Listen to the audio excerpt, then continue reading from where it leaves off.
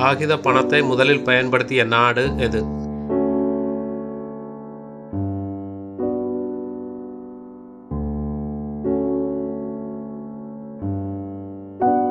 சரியான விடை சீனா. சீனா என்பதற்கு காரணம் சுமார் 7ஆம் நூற்றாண்டில் தாங் வம்ச காலத்தில் அறிமுகப்படுத்தப்பட்டது.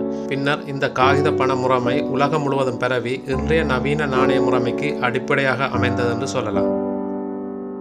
உலகில் அணு ஆயுதங்களை சமீப காலத்தில் உருவாக்கி சோதனை செய்த நாடு எது?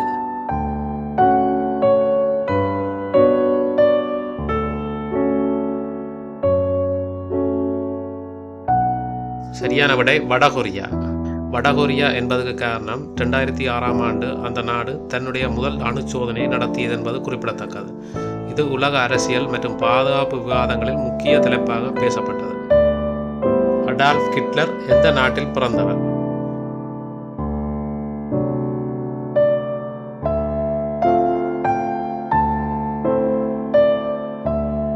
சரியான விடை ஆஸ்திரியா. ஹிட்லர் 1889ஆம் ஆண்டு ஆஸ்திரிய நாட்டில் பிறந்தார். எனினும் அவர் ஜெர்மன் நாட்டில் அரசியலில் ஈடுபட்டு நாசி கட்சி தலைவராக உயர்ந்தார் என்பது குறிப்பிடத்தக்கது. உலகின் மிக பழமையான நாகரிகம் எது?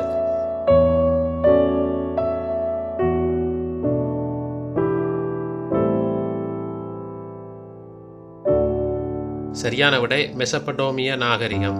காரணம், மெசபடோமிய நாகரிகம் உலகின் மிக பழமையான நாகரிகங்களில் ஒன்றாக கருதப்படுகின்றது. இது கிறிஸ்துக்கு முன் 3500 தொடக்கம் 3000 காலப்பகுதியில் உருவானது. மேலும் இந்நாகரிகம் இன்றைய ஈராக், குவைத் மற்றும் சிரியா பகுதிகளை உள்ளடக்கியது. இதனால் இது நாகரிகங்களின் தொட்டில் என்றும் விசேடமாக அழைக்கப்படுகின்றது. உலக வரலாற்றில் கடல் கடந்த பகுதிகளையும் சேர்த்து மிகப்பெரிய பேரரசு எது?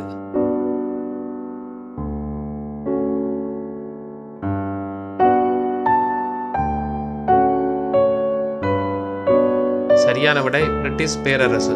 பிரிட்டிஷ் பேரரசு உலக வரலாற்றிலேயே மிகப்பெரிய பேரரசாக கருதப்படுவதற்கு காரணம் 1920களில் இது சுமார் 35 மில்லியன் சதுர கிலோமீட்டர் பரப்பளவை கொண்டிருந்தது. இது உலகின் நிலப்பரப்பில் சுமார் 24% ஆகும். இதனால் சூரியன் மறையாத பேரரசு என்றும் விசேடமாக அழைக்கப்பட்டது. ஆரம்பகால ரோமானிய வாரத்தில் எத்தனை நாட்கள் இருந்தன?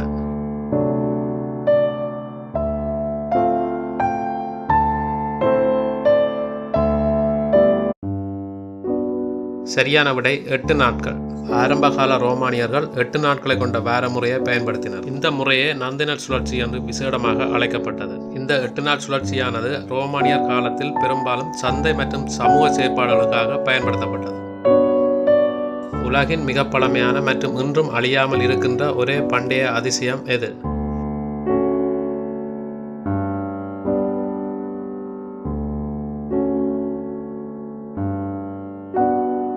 சரியான விடை கிசாவின் பெரிய பிரமிடு. காரணம், கிசாவின் பெரிய பிரமிடு சுமார் கிறிஸ்துக்கு முன் 2560 காலத்தில் எகிப்து நாட்டில் கட்டப்பட்டது. இது சுமார் 4500 ஆண்டுகளுக்கு முன்பு உருவாக்கப்பட்ட மிக பழமையான கட்டிடங்களில் ஒன்றாக கருதப்படுகின்றது. மேலும் பண்டைய உலகின் 7 அதிசயங்களில் இன்று வரை முழுமையாக நிலைத்திருக்கும் ஒரே அதிசயம் இதுவாகும். பேரரசுகளின் கல்லறை என்று அழைக்கப்படும் நாடு எது?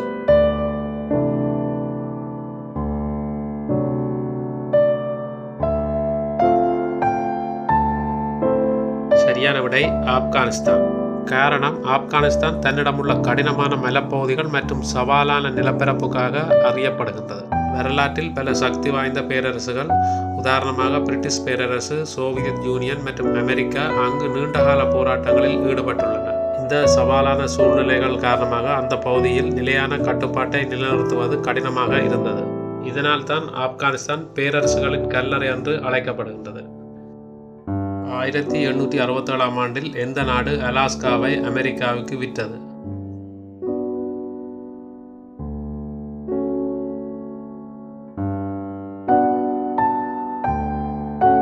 சரியான விடை ரஷ்யா.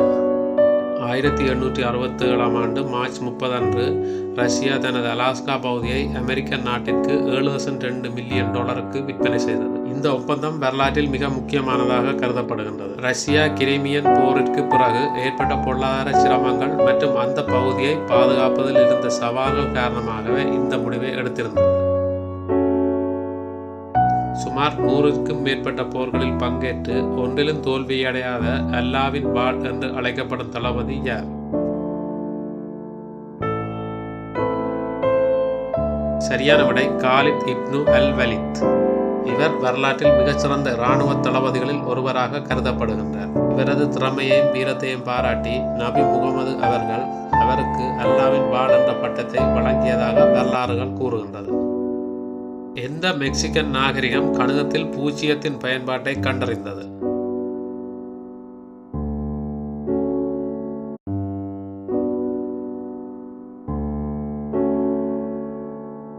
சரியான விடை மாயா நாகரிகம்.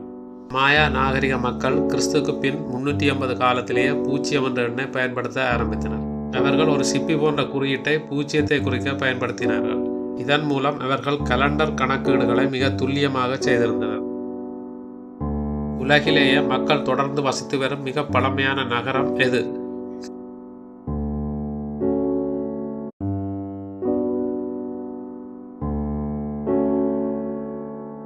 சரியான விடை டமாஸ்கஸ். இந்த நகரமே உலகிலேயே மிகவும் பழமையான நகரங்களில் ஒன்றாக கருதப்படுகின்றது. சுமார் கிறிஸ்துக்கு முன் 9000 காலத்திலிருந்து மனிதர்கள் தொடர்ந்தும் இங்கு வாழ்ந்து வருகின்றனர். மாவீரன் அலெக்சாண்டர் மகான் எந்த ஆண்டில் பாரசீகர்களிடமிருந்து எகிப்தை கைப்பற்றினார்?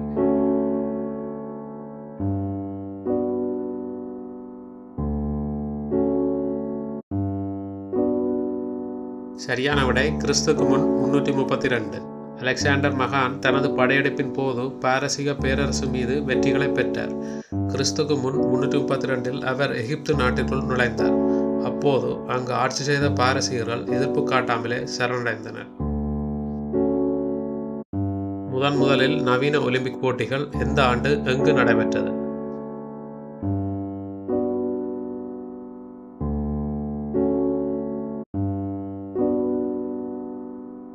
சரியான விடை 1896 ஏதென்ஸ். இந்த போட்டிகள் கிரேக்கம் நாட்டின் தலைநகரான ஏதென்ஸ் நகரில் 1896ஆம் ஆண்டு ஏப்ரல் 6 முதல் ஏப்ரல் 15 வரை நடைபெற்றன.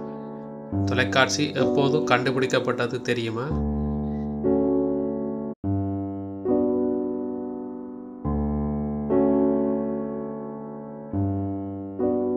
சரியான விடை 1927.